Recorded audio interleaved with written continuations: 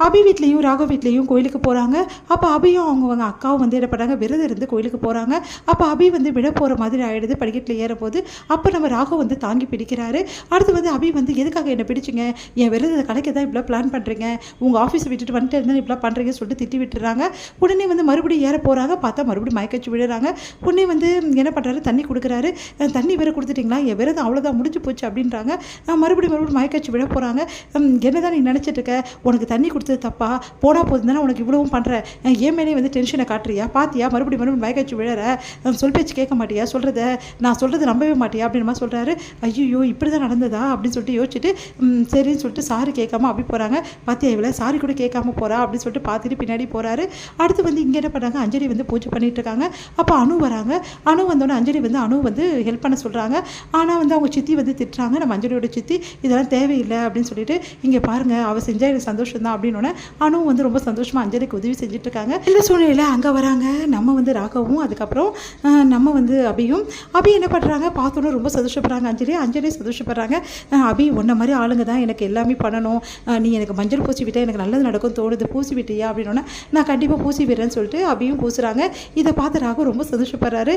அதே மாதிரி அபி சொல்கிறாங்க, நீங்கள் எனக்கு மஞ்சள் பூசுறதோட நான் உங்களுக்கு மஞ்சள் பூசினா ரொம்ப ரொம்ப நல்லது, உங்களை மாதிரி நல்லவங்களுக்கு நான் மஞ்சள் பூசினா அப்படின்னு சொல்லிட்டு அபியும் வந்து அஞ்சலிக்கு பூசி விடுறாங்க.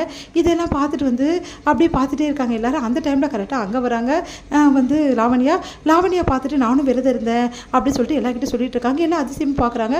லாவண்யா விரதம் இருந்தாளா அப்படின்னு, நல்ல புருஷன் கிடைக்க விரதம் இரு, நான் தான் சொன்னேன்னு சொல்லிட்டு அஞ்சலி சொல்லிட்டு இருக்காங்க. அவங்க மஞ்சள் பூசத்தை பார்த்து நீ வா லாவண்யா மஞ்சள் பூசு அப்படின்னா, ஐயே எனக்கு இதெல்லாம் பிடிக்காது அப்படின்னு மாதிரி சொல்கிறாங்க.